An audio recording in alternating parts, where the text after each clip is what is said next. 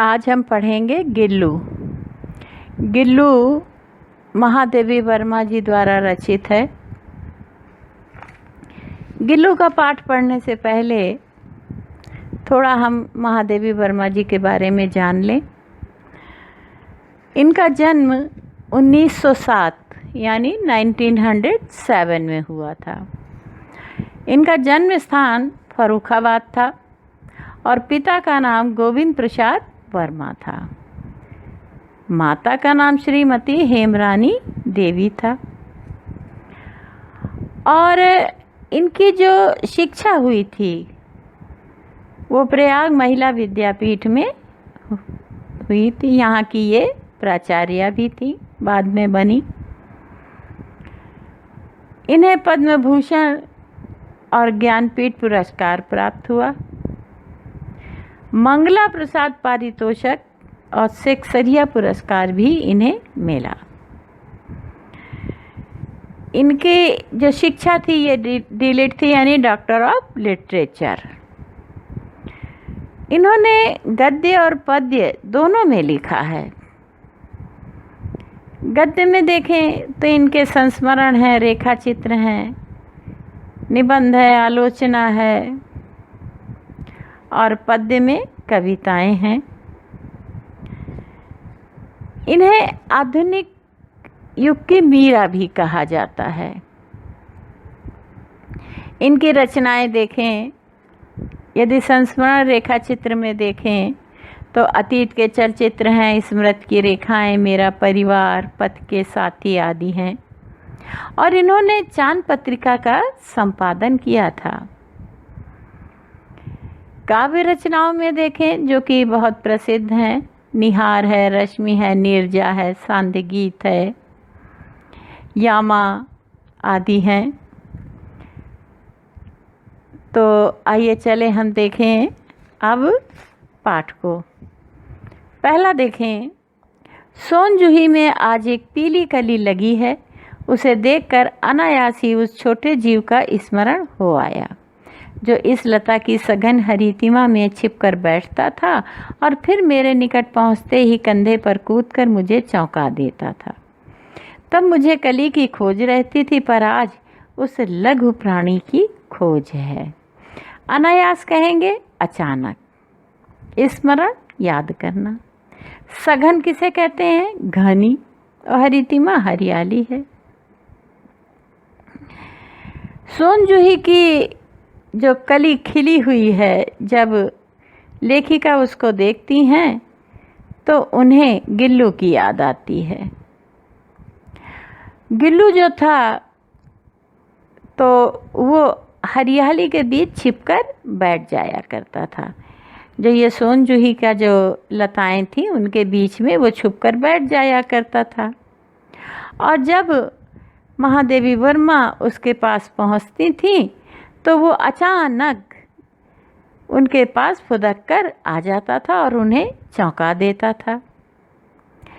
गिल्लू जो था एक गिलहरी का बच्चा था और जब लेखिका को मिला था तो बहुत मरणासन अवस्था में था, लेकिन लेखिका ने उसको यत्नपूर्वक उसकी देखभाल की तो वो स्वस्थ हो गया। और वो सदैव जो था तो महादेवी वर्मा के आसपास ही रहता था और नाना प्रकार के खेल दिखाया करता था। लेकिन जब मृत्यु हुई तो उन्होंने उस गिलहरी के बच्चे को अर्थात गिल्लू को उसी सोन जूही के तने में जो था वो भूमि के अंदर दफन कर दिया, यानी उसकी समाधि वहीं बना दी। आज जब उन्होंने उस लता में कली को खिलते हुए देखा तो उन्हें लगा कि जैसे गिल्लू जो है वो कली के रूप में उन्हें चौंकाने आया है। कहती है, मैं पहले तो सोन जूही के पास कली ढूंढने आती थी, परंतु आज हमारी आंखें जो हैं वो गिल्लू को ढूंढ रही हैं। पहला गद्यांश का संदर्भ, फिर रेखांकित अंश की व्याख्या। तीसरा है, लेखिका को सोन जूही पर खिली पीली कली को देखकर किसका स्मरण हुआ? तो गिल्लू नामक छोटे से जीव की याद आई जिसे उन्होंने पाला था। फिर सोन जूही के घने पत्तों के बीच कौन छिपकर बैठता था और क्यों? तो आप कहेंगे कि गिल्लू जो है वो लेखिका को चौंका देने के लिए सोन जूही के घने पत्तों के बीच छिपकर बैठ जाता था। फिर प्रस्तुत गद्यांश में लघु प्राणी शब्द किसके लिए प्रयुक्त किया गया है एवं लेखिका को उसकी खोज क्यों थी? तो लघु प्राणी शब्द जो है गिल्लू अर्थात गिलहरी के लिए कहा गया है। और चूँकि ये जो गिल्लू था वो सोन जूही के पौधे के पास ही महादेवी वर्मा को मिला था, लेखिका को मिला था, इसलिए जब उसकी मृत्यु हुई तो उन्होंने उसकी समाधि भी वहीं पर बना दी। और जब सोन जूही के पौधे पर नई कली खिली तो उन्हें गिल्लू की याद आई और वे नई कली के रूप में गिल्लू को ढूंढने लगी। आइए दूसरा देखते हैं। यह कागभूषुंड भी विचित्र पक्षी है, एक साथ समादरित, अनादरित, अति सम्मानित, अति अवमानित। हमारे बेचारे पुरखे न गरुड़ के रूप में आ सकते हैं और न मयूर के न हंस के। उन्हें पितर पक्ष में हमसे कुछ पाने के लिए काक बनकर ही अवतीर्ण होना पड़ता है। इतना ही नहीं, हमारे दूरस्थ प्रियजनों को भी अपने आने का मधु संदेश उनके कर्कश स्वर में ही देना पड़ता है। दूसरी ओर हम कौवा और काँव काँव करने को अवमानना के अर्थ में ही प्रयुक्त करते हैं। अब देखें, काकभूषुंड कौन है? कौवा है। समादरित, आदर प्राप्त, और अनादरित, अपमानित। और देखें, पुरखे यानी हमारे पूर्वज। पितर पक्ष क्या है? श्राद्ध के दिन है। और दूरस्थ, दूर रहने वाला।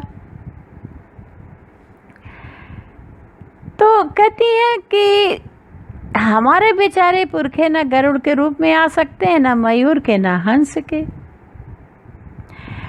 लेखिका जो है भारतीय शास्त्रों में देखें तो कौवा नाम के पक्षी को काकभूषुंड कहकर बड़ा ही आदर प्रदान किया गया है। कहती हैं विचित्र पक्षी है, उसे आदर और निरादर समान भाव से मिला है। उनका कहना है कि भारतीयों की ये धारणा है कि जब पितृपक्ष आता है तो उनके पूर्वज कौवे के रूप में पृथ्वी पर आते हैं और यही कारण है कि पितृपक्ष में कौवों को बहुत आदर सम्मान के साथ भोजन कराया जाता है। गरुड़ है, मोर है, हंस हैं, अनेक पक्षी हैं, पर कहती हैं पितरों को ना जाने कौवे का रूप क्यों पसंद आया। वे उसी रूप में पितृपक्ष में अपनी भेंट स्वीकार करने हमारे सम्मुख प्रकट होते हैं। किस रूप में? कौवे के रूप में। केवल इतना ही नहीं, हमारे दूर रहने वाले प्रियजनों के आने का मधुर संदेश भी हमें देते हैं। कौवे जब काँव काँव करते हैं तो जो जनमानस की क्या भावना होती है कि कोई उससे मिलने आ रहा है। जब घर की मुंडेर पर बैठा कौवा अपनी कर्कश वाणी में काँव काँव करता है तो ऐसा लगता है कि हाँ, कोई प्रिय व्यक्ति आ रहा है। दूसरी ओर देखें तो कौवा जो है एक उपेक्षित प्राणी के रूप में हमारे यहाँ विद्यमान है। उसके काले रंग को देखते हैं तो उसे कौवे को संज्ञा दी गई है, यानी कौवा कहा जाता है। बड़ा ही अनादर की दृष्टि से देखते हैं। यदि कोई व्यक्ति अत्यधिक बातें करे, कर्कश बोले, तो हम उसे काँव काँव की संज्ञा देकर चुप हो जाने के लिए या चले जाने को कहते हैं।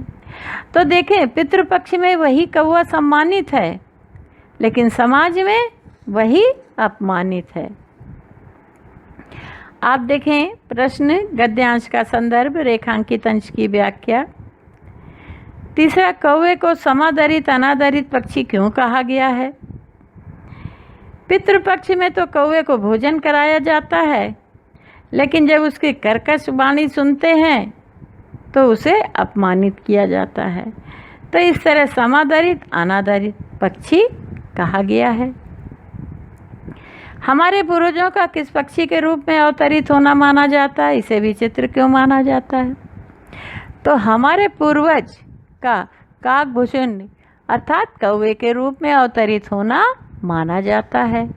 और विचित्र इसलिए माना जाता है कि पितृपक्ष में तो इसका सम्मान करते हैं, जाकर छत पर बुलाते हैं, भोजन कराते हैं, लेकिन जब पितृपक्ष समाप्त हो जाते हैं तो वही कर्कश वाणी को सुनकर काँव बंद करने के लिए हम उसे भगा भी देते हैं। तो इस तरह उसे सम्मान भी मिलता है और अपमान भी। हमारे दूरस्थ प्रियजनों के आने का मधुर संदेश किस माध्यम से प्राप्त होता है? हमारे दूरस्थ प्रियजनों के आने का मधुर संदेश कौवे की कर्कश वाणी के माध्यम से प्राप्त होता है।